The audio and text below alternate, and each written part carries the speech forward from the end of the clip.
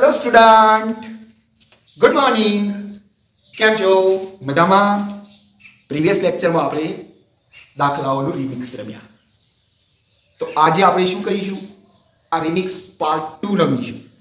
એટલે કે દાખલાઓનો રિમિક્સ ભાગ 2 રમવો છે. ખરેખર રમવો છે.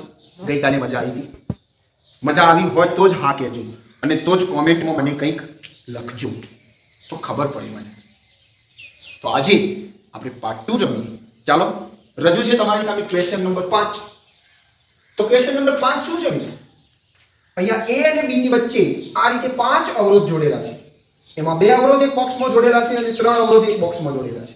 અહીંયા આ 2 અવરોધ આપણને દેખીતી રીતે દેખાય છે કે સમાંતર છે અને આ 3 અવરોધ સમાંતર છે અને આ બંને બોક્સ શ્રેણીમાં છે. તો આ બંને સમાંતરનો પરિણામી અવરોધ શું થાય? તો આ બંનેનો પરિણામી અવરોધ એટલે કે આ બંનેનો પરિણામી અવરોધ 10 નો અડધો 5 થશે, કારણ કે બંનેનો અવરોધ સમાન છે. તો પરિણામી અવરોધ r ડેશ અહીંયા 5 થશે. સમજાઈ ગયું? હવે આ ત્રણ પણ સમાન અવરોધના છે અને સમાંતર છે. તો આ ત્રણનો પરિણામી અવરોધ કેટલો થશે? આ ત્રણનો પરિણામી અવરોધ 15 ના ત્રીજા ભાગ જેટલો થશે. એટલે કે અવરોધના મૂલ્યનો ત્રીજો ભાગ. એટલે અહીંયા 5 નો 15 નો ત્રીજો ભાગ એટલે 5 ઓહ્મ. તો આને હું r ડબલ ડેશ કહું છું. તો હવે a છેડા અને b છેડા વચ્ચે બે પરિણામી અવરોધ આવી ગયા અને એ બંને સમાંતર છે કે શ્રેણીમાં?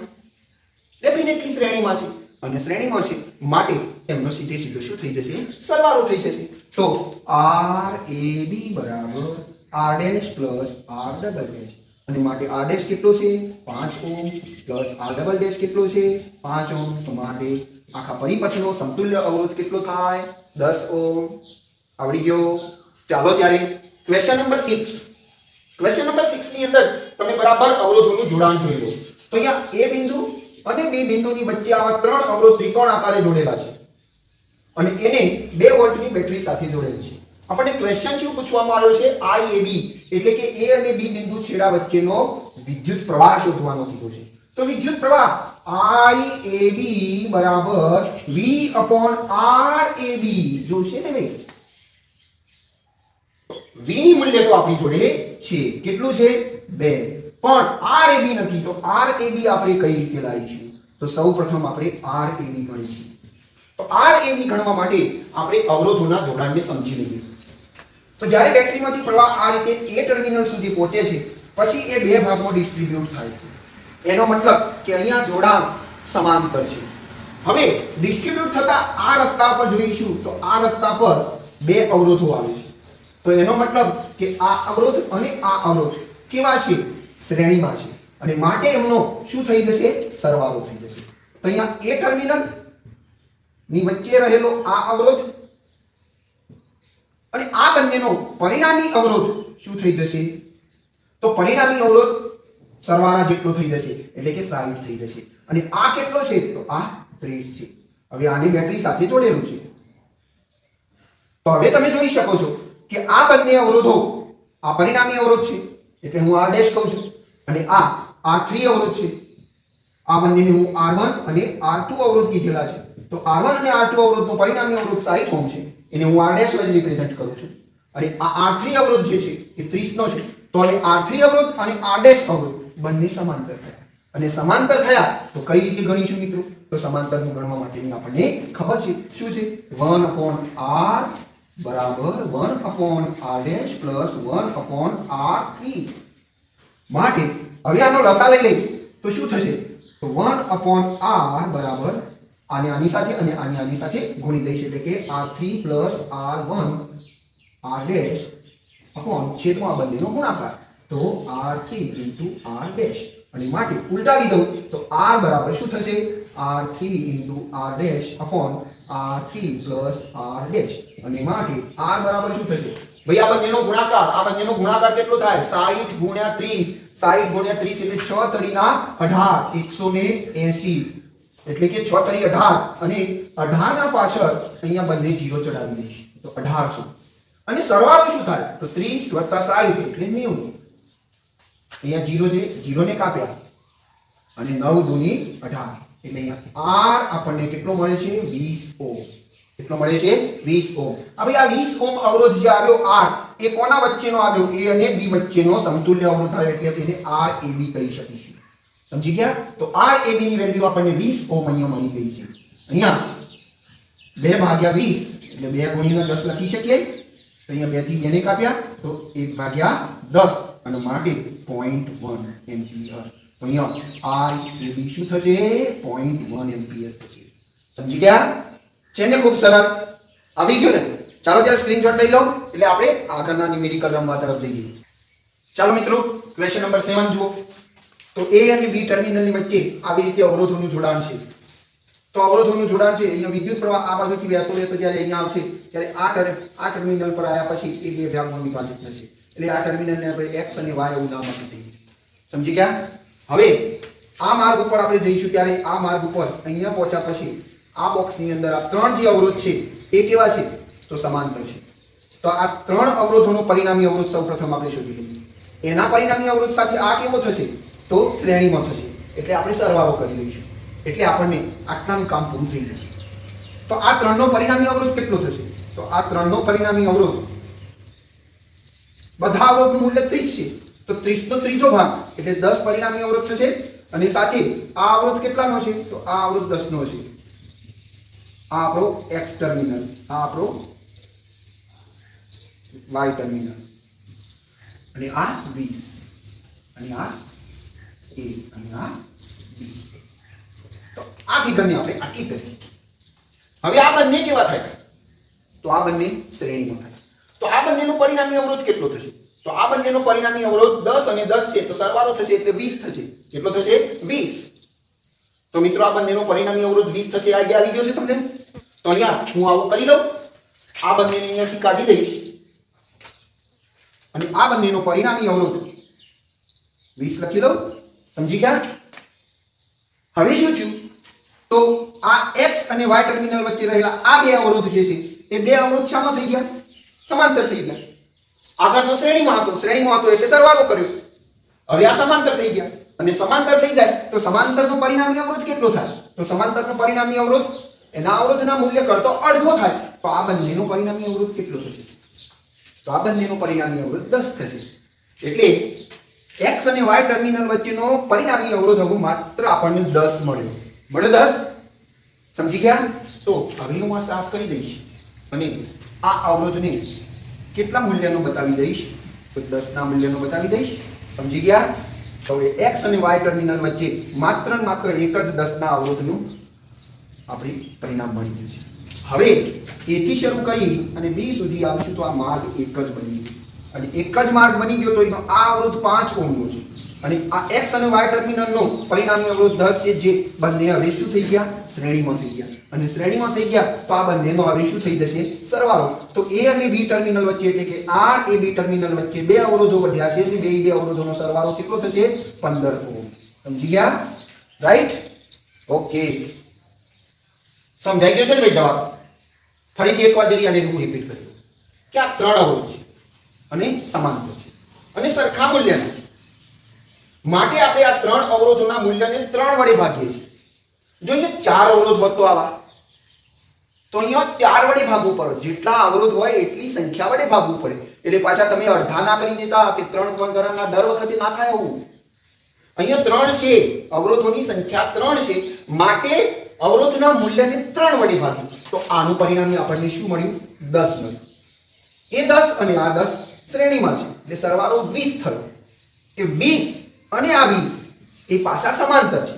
એટલે 20 ના 20 ના 2 થયા અને 2 થયા માટે 20 ના અડધા કર્યા, 2 વડે ભાગ્યા એટલે 20 ના અડધા 10 થયા.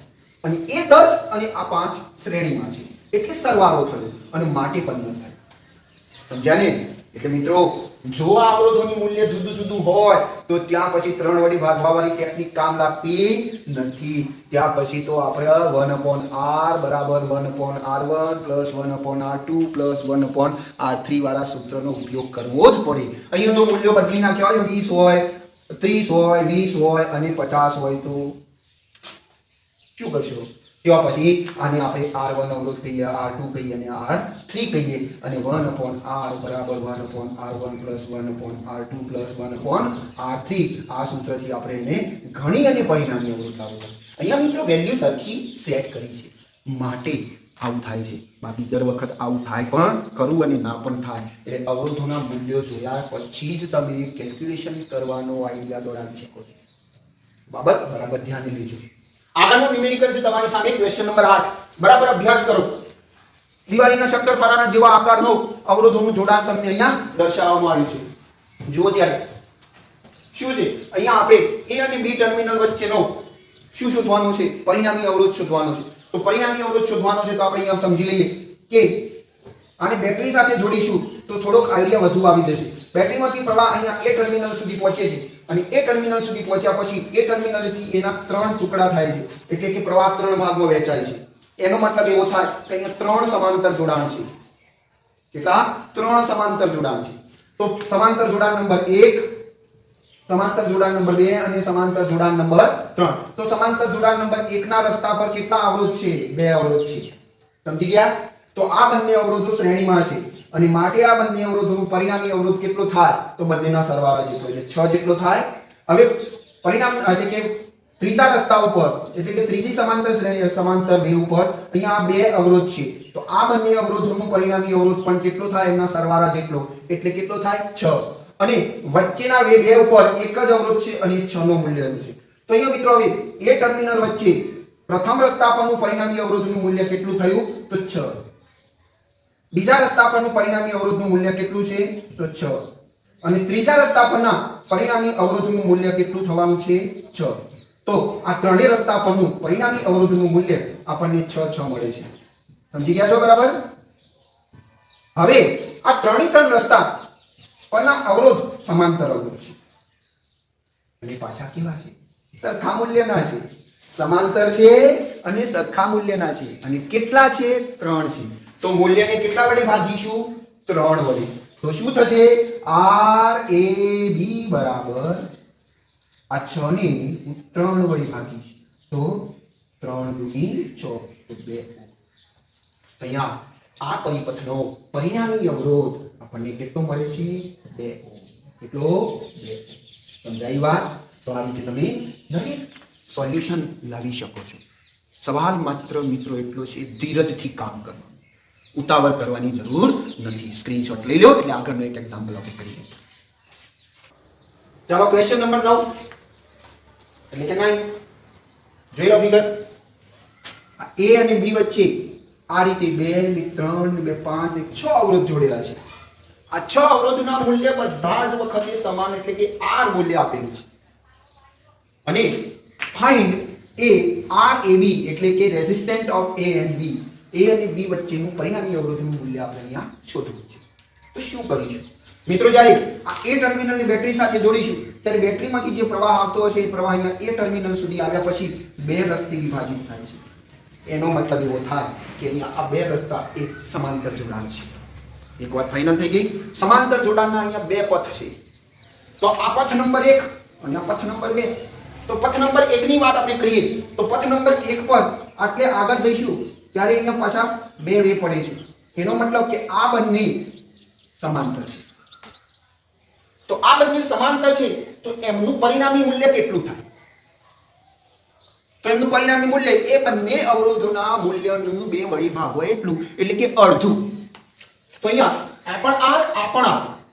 તો આનું પરિણામી મૂલ્ય કેટલું થશે? R/2 થશે. સમજ્યા? પછી આ અવરોધ કેટલાનો છે? R નો. હવે પથ 2 ઉપર આવી. તો પથ 2 ઉપર R મૂલ્યનો અવરોધ અને અહીંયા પહોંચીશું એટલે પાછો 2 ભાગમાં પ્રવાહ વિભાજિત થાય છે. એનો મતલબ એવો થાય કે આ બંને અવરોધ છે એ પાછા પેરેલલ છે, સમાંતર છે. સમાંતર છે અને સમાન મૂલ્યના છે પાછા. એટલે એમનો પરિણામી અવરોધ કેટલો થશે? તો એમનો પરિણામી અવરોધ એમના મૂલ્યના અડધા જેટલો થશે. એટલે પાછો એમનો પરિણામી અવરોધ R/2 થશે. સમજી ગયા? તો હવે હું આની નવી ફિગર ડ્રો કરું. આ A ચલો આનું પરિણામી અવરોધ કેટલાનો મળ્યો? R/2 નો. આ કેટલાનો છે? R નો. આ બાજુથી આવીએ તો અહીંયા આ કેટલાનો છે r નો અને આ બંનેનો પરિણામી અવરોધ કેટલા મૂલ્યનો થયો r/2 નો સમજી ગયા હવે આ બે રસ્તા પર એટલે કે આ બંને પથમાં પથ નંબર 1 અને પથ નંબર 2 તો પથ નંબર 1 ની અંદર આ બંને અવરોધ હવે કેવા થયા શ્રેણીમાં તો એ બંનેનો શું થાય સરવાળો તો આ બંનેનો સરવાળો કેટલો થાય તો આ બંનેનો સરવાળો r/2 r એટલે કેટલો થાય 3r/2 થાય r/2 r એટલે અહીંયા શું કરીશું બેનો લસા લઈશું એટલે r/2 આના છેદમાં 2 લાવવા હોય તો ઉપર નીચે ગુણવું પડે તો 2r/2 અને માટે શું થાય 2r r એટલે 3r અને અહીંયા બંનેના છેદમાં 2 આવી ગયા એટલે 2 કોમન તો 3r થાય સમજી ગયા તો આ બંનેના પરિણામી અવરોધનું મૂલ્ય કેટલું થશે 3r/2 અને આ પથ નંબર 2 પરના આ બંને અવરોધો પણ શ્રેણીમાં થયા તો આ બંનેના અવરોધોનો સરવાળો પણ કેટલો થશે આ બંને મૂલ્યો પણ આ બંને મૂલ્યોના જેટલા જ છે તો આ બંનેનો સરવાળો આટલો થાય તો આ બંનેનો સરવાળો પણ 3r/2 થશે સમજી ગયા છો બરાબર હવે હું ફિગર નવી ડ્રો કરું છું એ તો પથ નંબર 1 નો પરિણામી અવરોધ કેટલો થયો તો પથ નંબર 1 નો પરિણામી અવરોધ 3r/2 અને પથ નંબર 2 નો પરિણામી અવરોધ કેટલો થયો તો પથ નંબર 2 નો પરિણામી અવરોધ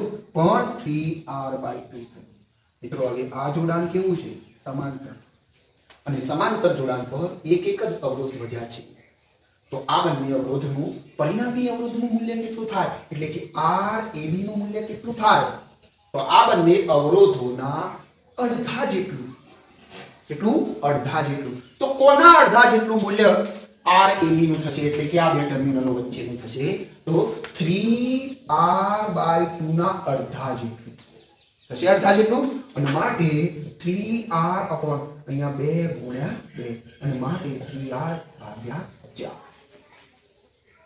એટલે કે RAB ની વેલ્યુ કેટલી થશે 3r/4 છેને સરળ ધીરજની જરૂર છે માત્ર ધીરજ રાખીને શાંતિથી વિચારશો તો રિમિક્સ રમવાની મજા આવી જશે અને આવા જ રિમિક્સ તમે કરી શકશો તો હું આશા રાખું મિત્રો કે મારો આ પ્રયાસ તમને ગમ્યો હશે ગમ્યો હોય તો ચોક્કસ મને જણાવશો થેન્ક યુ